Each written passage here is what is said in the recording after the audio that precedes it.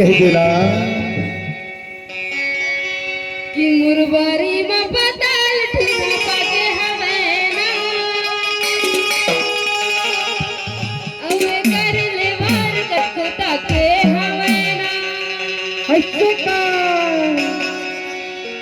तब तो कैठा बा काहे कैठा मुरबारी में बदल ठुना पाके हमें ना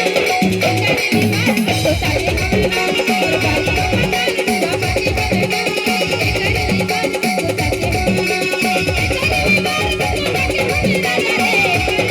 कत्तो ताके हमें ना